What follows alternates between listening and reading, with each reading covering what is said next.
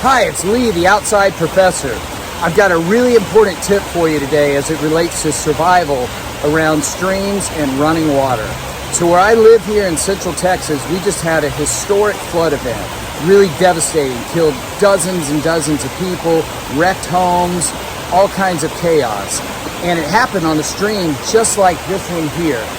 What looked like just a beautiful, pristine stream, low flow conditions, changed in just a matter of hours. We're literally, and this one here only rose about 6-7 feet, but where I come from, a town called Kerrville, it went up 26 feet in just 45 minutes. And so I'm going to show you a couple things that help keep you safe. First and foremost, to stay out of danger to begin with. And secondly, how to read some of the signs of what's going on so that you don't get caught in an event like this. If you get caught in running water like this, a lot of people think they could get out. It's very difficult. It's very easy to drown for multiple reasons. I'm going to discuss that as well. I'm also going to talk about the weather and from a meteorology standpoint, what to look for, and particularly at night, what you need to pay attention to and how to stay out of camping what look like very pristine and safe areas, like I'm standing on a limestone bed of rock right here, but can be very dangerous at nighttime and where you won't have time to get out. And one of the main reasons for that is because even if you're in a tent or sleeping outside where it's not raining, just a few miles upstream, there can be a thunderstorm that opens up and drops that kind of rain on you. And literally a wall of water comes down. So we're going to take a look at some things that will help keep you safe and prevent you from ever being caught in a situation like this. So when you're planning to go out recreating in a new area, the first thing you want to do is get familiar with that area. And in this particular case, if you're going in an area and you're planning to spend time near streams, you want to understand the topography, the landscape, and what the typical as well as extreme characteristics of those streams are. So the recent floods in Kerrville, Texas, are on the Edwards Plateau. And this is an area where you have, if you see this curved line here, that's an uplift called the Balcones Escarpment. Elevation rises from around 500 feet up to actually over 2,500 feet if you get way back up in here.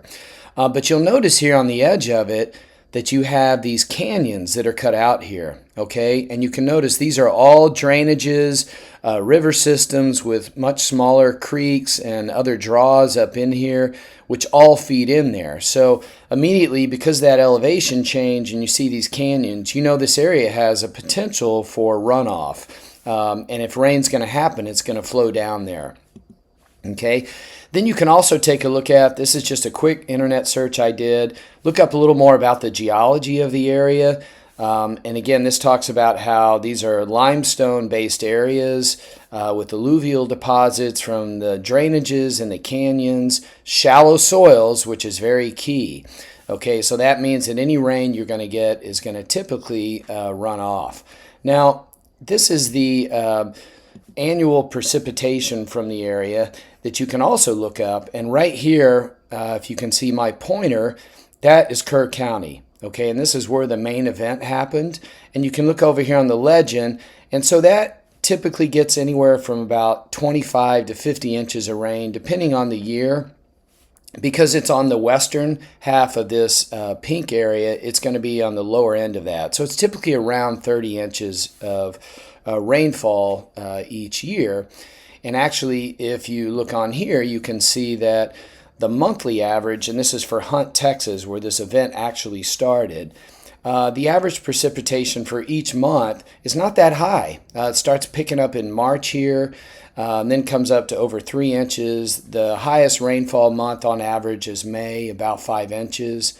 Begins to taper off in June and July, and then remains that or even lower the rest of the year. So because of that, this is typically what the area looks like. Okay, now this is the Guadalupe River in Kerrville, and it's normal flow state. This is just actually just a couple of days before this event happened. All right, this is what it looks like. These are my kids swimming in the area. There's a weir dam just above that previous picture. Okay, you can see it's nice clean water. And actually here you can see this bridge in the background, and you can see how far the water level is probably about 30 feet, maybe a little more below this, close to 40 even, okay? But if I go back here and I look, I can actually see that extreme events do occur in this area. So I just did a quick search for precipitation maximums in the Kerrville, Texas area, and you can see some of these heavy rainfalls. Now this is just at one station. This is a USDA, United States Department of Agriculture station, but you can see that it's not unheard of for them to get large dumps of rain, even up to about 12 inches in one day. And you can see the monthly totals can greatly increase. And systems will come in and dump a lot of rain in a couple of days. You might have 2 or 3 events, but they might be back to back to back. You can see even here, sometimes it gets in the area of 20 inches. Okay, so because of that, you can get these massive events where an incredible amount of water falls at just one time. And so on this day, in July 4th, in the early morning hours, in just Kerr County, and it was a pretty small area of Kerr County actually, over 100 billion gallons of rain fell in that area in just a few hours. And that's the equivalent of Niagara Falls daily flow actually exceeds that. So just a massive amount of water. And when you have that kind of precipitation fall in one area, this is what it actually ends up looking like. This is the same area where those photos were taken from, that bridge. And look what that stream turned into. Just a few hours previous to this, and where my family was swimming is now what it looks like. And unfortunately, this happened at nighttime. You can see the massive currents in the middle. The river's gone up somewhere in the neighborhood of 35 to 37 feet. And there's a house that's inundated on the side over there. So it just goes to show that you want to get familiar with the stream and what the extremes are that it can go from in its typical flow regime at low level up to this. So take a look again in more detail. Look at the force of this water, how it pushed all of these shrubs over, okay? Even will knock down trees. Again, it can happen very quickly. A lot of people who are not familiar with being in moving water like this think, well, I could get out of it, I'm a good swimmer, or I've got a flotation device, or I'm in a boat. But the reality is the force of this water is so strong, there's all kinds of currents and churning going on. It'll flip your boat, pull you under, you'll bang up against a rock, some other object, and perhaps worse of all, you can hit what's called a strainer. So that could be a tree that's down on the river itself, okay, across. You get knocked up against that. It only takes water literally about your waist or just above. You'll get pinned against it, comes over your head, you can't breathe, and you can drown very, very quickly. You don't want to mess around with it. Again, it's also very easy for it to pull you under, and you just don't ever want to get caught in something like that. So remember the force of the water. When you go out to a place and you've never been there before, especially, look at where the latest flood line is. Okay, you can look at where the trees have been over. Look up in the trees. A lot of times you'll see debris up in there, and that will tell you not only how high it can get, but what it's done recently in the last several years. And very oftentimes with streams like these, if they flood like that once, they'll do it again. Sometimes it may not happen for years. Sometimes it can happen again within even a few weeks. And, you know, weather follows patterns, right? It can happen multiple times in several year period. So don't take any chances. So I'm standing right now next to this rapid. And where I am, it's only about maybe 6 inches deep. Over where that water's coming down, it's a little deeper at the bottom there, maybe a foot and a half, okay? And this isn't even a class 1 rapid. But as I was walking up this, I could feel the force of the water on my legs, like wanting to push me downstream. Now I'm pretty strong, okay? But if that got up to my knees and certainly my waist, I would have trouble moving up against it. If it got up to my chest, there's no way. I would be knocked back. My only choice would be go with the water, try to get out to the shore for safety. So even in shallow water, you never want to take a chance with moving water if it's moving really fast and it's starting to rise, okay? There's a famous case, very sad. We just had this big flood here about 40 years ago, a very similar event. There was a school bus that started to cross a low water crossing, maybe less than 100 feet across. And when they first started crossing, the water was maybe only about halfway up the tires, okay? By the time they got halfway across, it literally was halfway up the school bus, okay? Very tragic. A number of kids were killed who were going to a camp. They got washed downstream. Fortunately, some got rescued, but that water can rise so quickly again if you have a flash event up above you. So be very mindful of moving water, okay? And particularly if it's starting to rise, get out of there. Don't camp around it. Stay above and stay out of danger. So one of the other things you can do to avoid a potentially dangerous situation or know that it might be oncoming is to pay attention to the signs around you in nature. Now, I just heard some thunder above me, so that's kind of an obvious one, or lightning, but there's actually some more subtle signs, okay? One of the things you can do is listen to the sounds of the birds and the insects around you, okay? If they suddenly go quiet and you don't hear anything, and I've had this happen before, that oftentimes is a telling sign. I was out camping one time with my wife on a remote piece of property, okay? Unfortunately, we weren't near a stream, but I woke up about 4 in the morning and everything was just deathly still. Crickets quit humming. Okay, I didn't hear any other sounds and I knew something was wrong. Just listen to your intuition. Your gut will tell you. This is all in our DNA. Our ancestors knew all of this, okay? And there was another sign as well. The air was really heavy. Okay, now I live in an area where sometimes it's humid, a lot of times it's dry, but this was exceptionally just thick, dense air, and it was very still. Okay, now a lot of times people think, well, it's still air, you know, a big storm's coming in, it's going to be windy. And sometimes that's true when big thunderstorms roll in, it is very windy, but actually some of the biggest ones will come in, it's very still right beforehand. So there was no insect sounds, and it was just this thick, heavy air and really, really quiet outside. And I knew right then that it was about to cut loose. And so we got all of our equipment, we got out there, we got under a shelter, and sure enough, it started raining cats and dogs for about the next 45 minutes.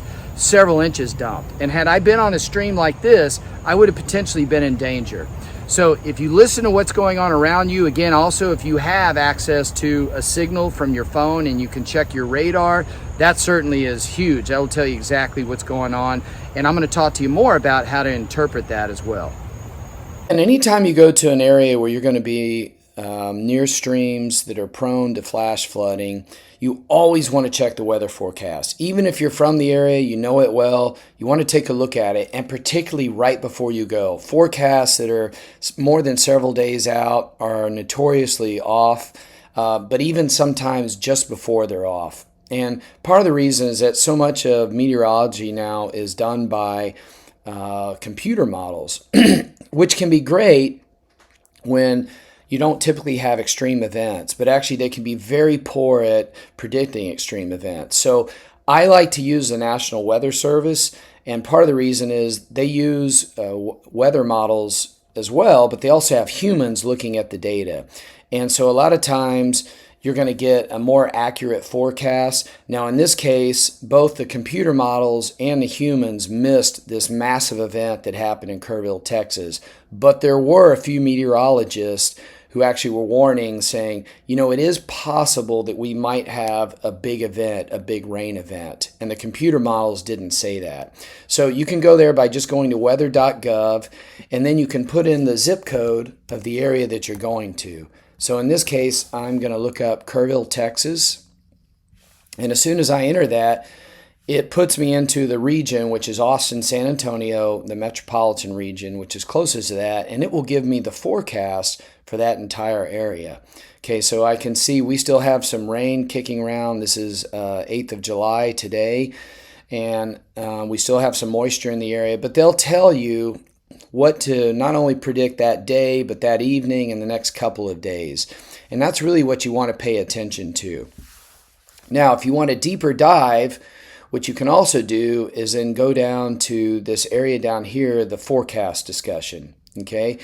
And if I click on that, that will actually open up a text-based forecast that you can read. And it has a lot of heavy meteorological terms in there, which if you haven't taken some meteorology, and I have, it can kind of be hard to understand. But interspersed in here in their forecast, they'll give you just the general trend, expected rainfall amounts. So when I go down to an area and I'm going to be spending time on a river, I always check this before I go. Okay, and if I have a phone signal, which I strongly recommend, or you have Wi-Fi, I would check it again while I'm there. And particularly if I'm going to be camping, staying on or near the river, a cabin near, I would check several times a day just to be safe. So you can see here, this was the forecast in the morning of July 3rd. So this is a little less than 24 hours before that event occurred in Kerrville, Texas on the 4th of July. And you can see here, they actually are talking about potentially having some moisture in the area, but they're talking about low levels of rain, somewhere in the neighborhood of about 2 inches of rain, coming from a trough, which basically is a low pressure area that moves into a region. Okay, but they're not calling for heavy rain on this. Notice here they say minor flooding. So unfortunately in this case, even less than 24 hours out, they weren't calling for some big events. Now, they have versions of their forecasts up here, so I'm in the past here. I'm going to jump a little farther forward, and now we're at early morning on the 4th of July. Okay, and this is when things started happening. And you can see here now they've updated it to talk about isolated instances of flash flooding, okay, that could be possible. So this is just about when the heavy rain was about to start. And notice they say local heavy rainfall is possible. Okay, but they still really don't know what's going on. And if you jump forward again here a couple of times, then they start saying, well, actually, these storms are now actually moving through. And then they're starting to kind of begin to catch up here. But even through all of this, because now we're at 6:20 in the morning of July 4th, this event has already happened. And you can see how they missed it. Okay, they didn't know, although they do say up here up to 5 inches per hour are possible. And that's exactly what happened. This area got about 12 inches of rain over a couple of hours, somewhere in the neighborhood of probably 3 hours. Okay, and we can see what actually happened here, that in that time frame, in the early morning hours, they got about 11 inches of rain in just this one area. Okay, and again, notice around here, this was not a widespread event. Okay, this is what we call a rain bomb. If I actually go in here, we can see that there was two sort of rain bombs. There was one farther north, which was a bigger area from San Angelo over in Menard, and that covers a lot of territory. Fortunately, that fell over a wider area and not right at the headwaters of a river drainage where you have a big topographical change. Okay, but if I look down here in Kerr County, look how tight that downpour is. That's on a very small area, and it's unfortunate it happened right on the headwaters of that stream. Okay, so again, right in the middle here in this white area, which is the heaviest rain, we got about 11 inches of rain. But look, just nearby, we barely got any rain. Out here on the edges, it's just a few tenths of an inch, okay, just outside the county. So that shows you how variable it can be. And what actually happened in this particular event is we had a low pressure system move over the entire central portion of the state. And low pressure systems are associated with rainfall. But within that particular system, we had what's called an MCV. And that's a fancy meteorological term, but it stands for a mesoscale convective vortex. And basically what happened is that it's an unusual event, but unfortunately it typically happens in the evening where you get some rainfall, and in the center of that you get some condensation that occurs. The air is very saturated, it's very heavy, and when that happens and you get some condensation on the ground, even though it's already raining, it releases some heat. That heat goes up, creates lift, and then it brings all of this moist air, goes straight up into the atmosphere, and it'll actually start circulating. And when it starts circulating, it creates effectively what looks like a mini cyclone. And that's what this is talking about here. And they can last for several hours. And if I look here, this is actually a radar image that I took in the few hours later on that morning. And you can see here the spinning in this white area in here. You can see that's almost like the eye of a hurricane, and you can see the rotation around this. And that was one of these events that occurred right here in this area. This is a little bit east of Kerrville, and you can see that this just kept moving east. And these storms at this point have dissipated somewhat. We're not getting near as heavy rain. But that's what happens. It can be very localized, and you can get these massive downpours. And so you always want to be aware that this can happen. And if it starts heavy raining in your area, you need to be aware and get up and out of any low-lying areas. So look, on another section of this stream, there's a house way up here, okay? That house is probably 12, 15, maybe even close to 20 feet above the normal baseline flow level of the river, okay?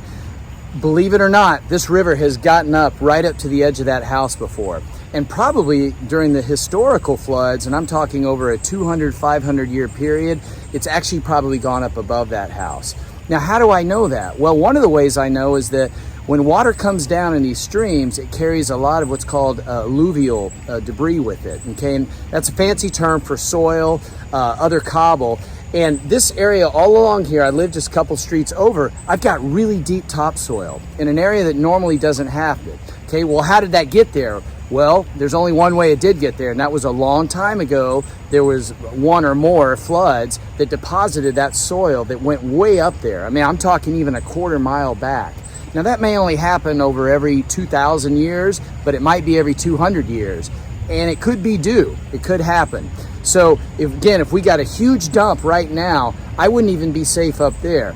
So I'm not telling you to, not go and rent a cabin near a stream or whatever, but be mindful of picking one that maybe is a little farther away from the water's edge. And again, pay attention what time of year it is, what the weather conditions are, what the stream flow is currently, because again, the last thing you want to happen to you is be caught in the middle of the night and have your house inundated with floodwaters, because that can end up being a deadly situation.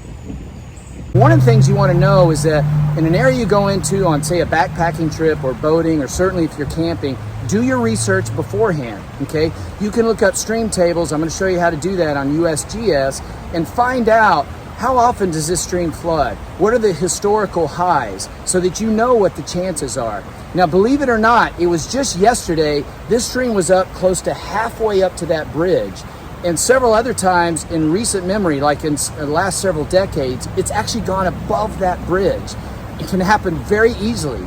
It's done it before in just a matter of a couple of hours, 2 or 3 hours. We've gotten a big, say 8 to 10 inches, certainly more than that. It'll go right over that. So you can imagine at night, if you were down here camping, what would happen if you got that kind of rainfall. And again, keep in mind, it might not even rain here or not much here, but just upstream a couple miles here, it might dump another 6 or 8 inches more than the 2 inches you got here. And that's a recipe for disaster. So make sure that you ascertain the situation beforehand, know the historical patterns of this particular stream, so that you can make wise decisions. So the best way in North America and United States to go and understand stream dynamics and what their behavior is, both on a typical day for a given time of year, but also extreme events, is by going to the USGS, which is United States Geographical Survey. Okay, and you can go in there and look in here and pull up data relevant to particular streams. So in this case here, if you go to the waterdata.usgs.gov up here, you can actually go here and look under this first column here where it says Discover Real-Time Data in Your State. You can select your state, in this case Texas, click on that, and it'll take you to this page that has stream data for all of the streams in the state. They have gauges on all the major streams that monitor both stream flow and gauge height, okay? And then you can simply do a search for the actual stream that you want to find in here, okay? And then go down here, and in this particular case, I'm looking in Hunt, Texas, which is just above Kerrville, Texas, okay? And if I look here, I'm looking at the Guadalupe River, okay? So then you can go ahead and you can click on here, you can say View the Monitoring Location page, and I've got it pulled up here, and it will give you some various pieces of information like the current gauge height, etc. Okay, what I like to do though, and this is a new site that they redid recently, I prefer the older site right now because it has a little more data on it. And so I like to go, you can click in here on this Legacy Real-Time page, and that will take you to this page. Okay, and you can go down here. It'll give you information about the total precipitation in recent days, and you can set the parameters on this looking on a particular date range, which again is a good idea. You can look in previous years, months for that data, the weeks that you're planning to go to. And notice here, obviously, that's where we had this big rain event on July the 4th. You can go down here and see the discharge per second. And again, you can see here that it went up to about 120,000 cubic feet per second, which is just an unbelievable amount of flow, right? Whereas the normal flow, this is a logarithmic scale, is somewhere in the neighborhood of 10 CFS or slightly less, depending on whether you're in a drought situation or not. But what I think is actually more important when you're doing research is if you go up to the top, there'll be a link here to summary of all data available for this site. So if you click on that, you can see some historical data. And what we're most concerned about here at the bottom is where it says peak stream flow.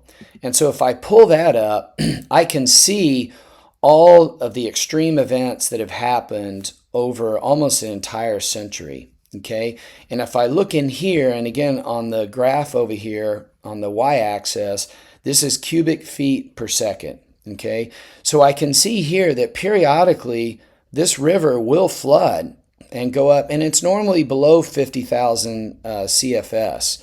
Okay, but I notice here back in, this is 1987, it got up to about 120. There's another event in 1978, because I remember as a kid that it got up even a little higher than that, close to about 140. And look at this event. This is back in 1932. It was over 200,000 cubic feet per second.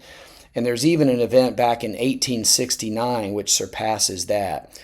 So as soon as I see this, I'm saying to myself, this area can have very extreme events, okay, rises. We're not talking about 5 feet or 10 feet. We're talking 30 or 40 feet. And again, if you're in an area, a canyon where it doesn't spread out, that's going to go straight up and just consume whatever's in that area. So do your research beforehand. Know what the behavior of a stream is and what the extreme characteristics are so that you're prepared if there's any chance and you start getting heavy rain, you know that you're in a potentially dangerous situation.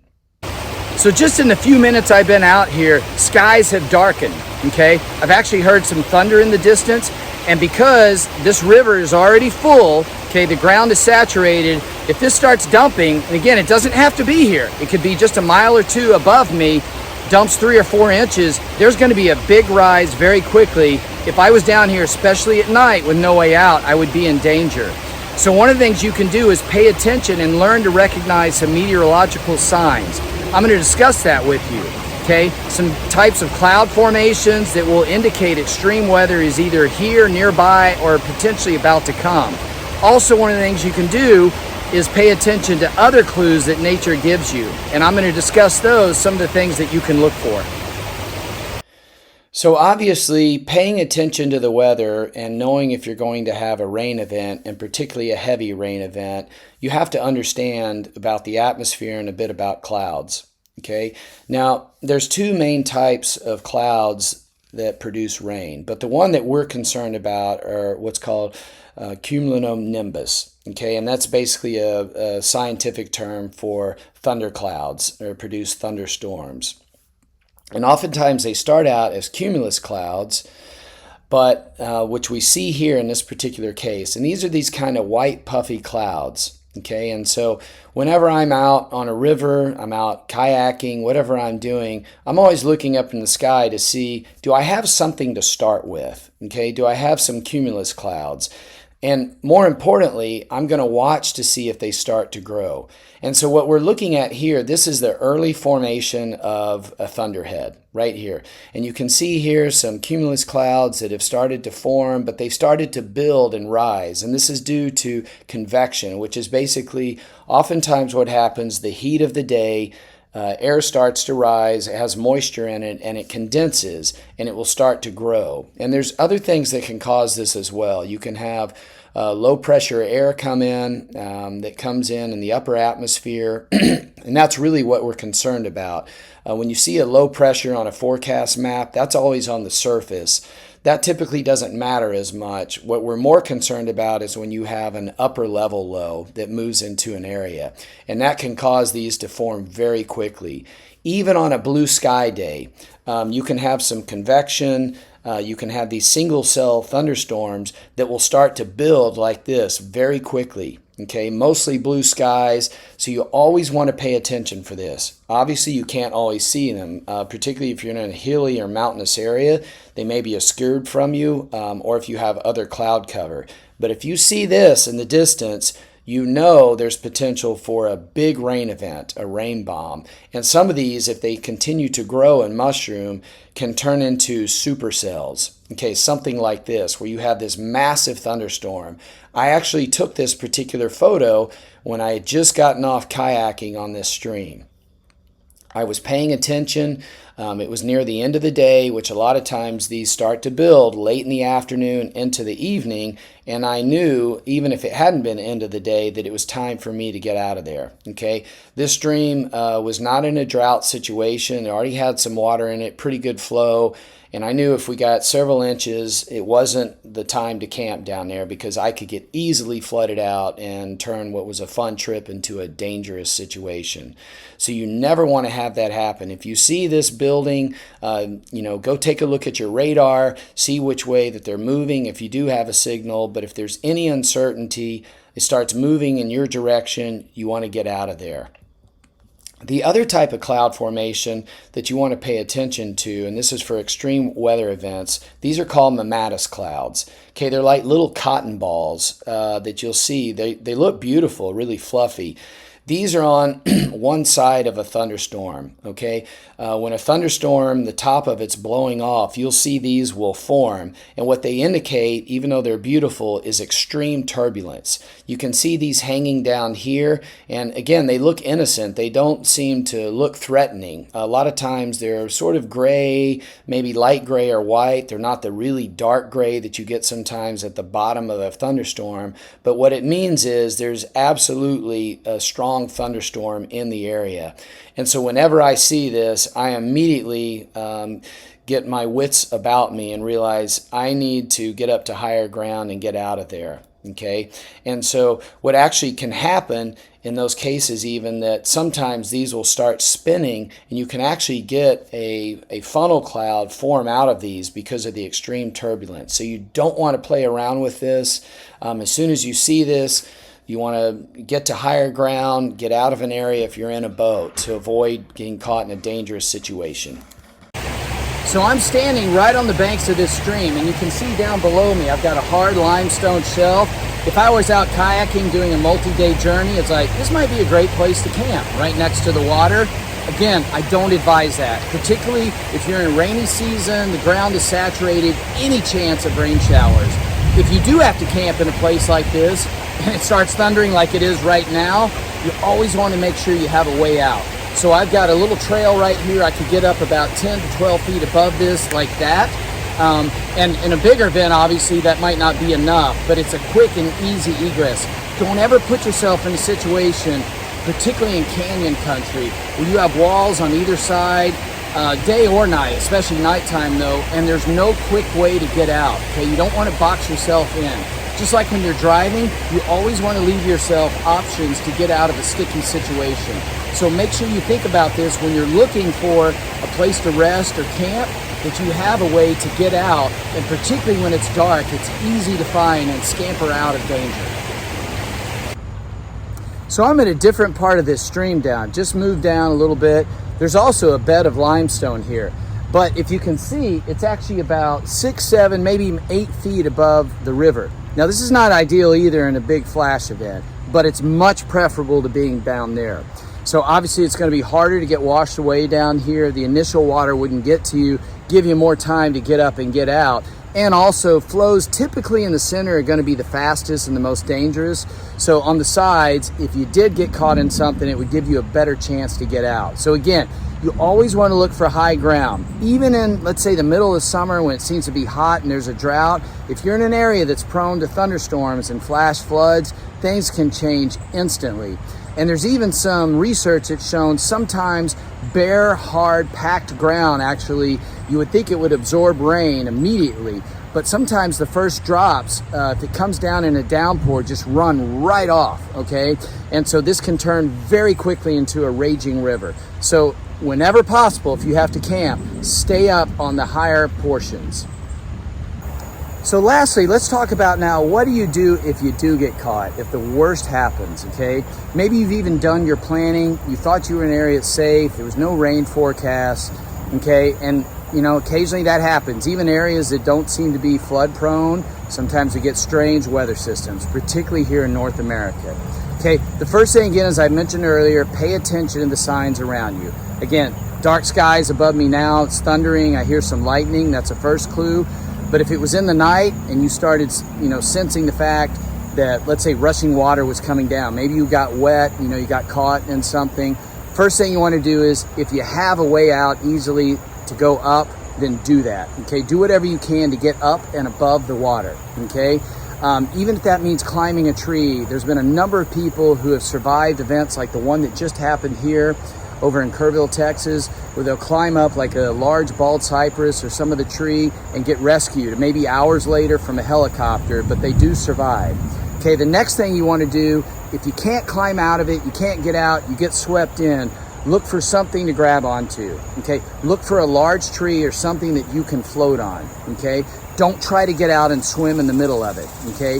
If at all possible, because again, it's gonna tend to want to take you under, okay? And there's all kinds of things going on with currents. So try to get on that. And then if you can, obviously, ride on that flotation until maybe you can get close to the bank and possibly grab onto a branch of a tree that's leaning over the river. You can pull yourself out or maybe climb up that tree. If you do have to float down the river, then obviously you want to try to stay upright, keep your head above water. Typically what's normally recommended is that to go down feet first, okay, and keep your feet in front of you or you're lying back so your head stays up. That way if you run into an obstacle, you can potentially, with your feet push off of it and spin around it, okay? And possibly, if you're lucky, be able to steer maybe to the side, again, when you can grab onto something and pull yourself out. Do whatever you can to get out, because the longer you're in that water, the more danger that you're going to be in and the more likely you're going to drown. So I hope this has been helpful. I don't want to ever see you involved in something like this, but hopefully these tips will help you prevent this from ever happening to you or anyone who's with you.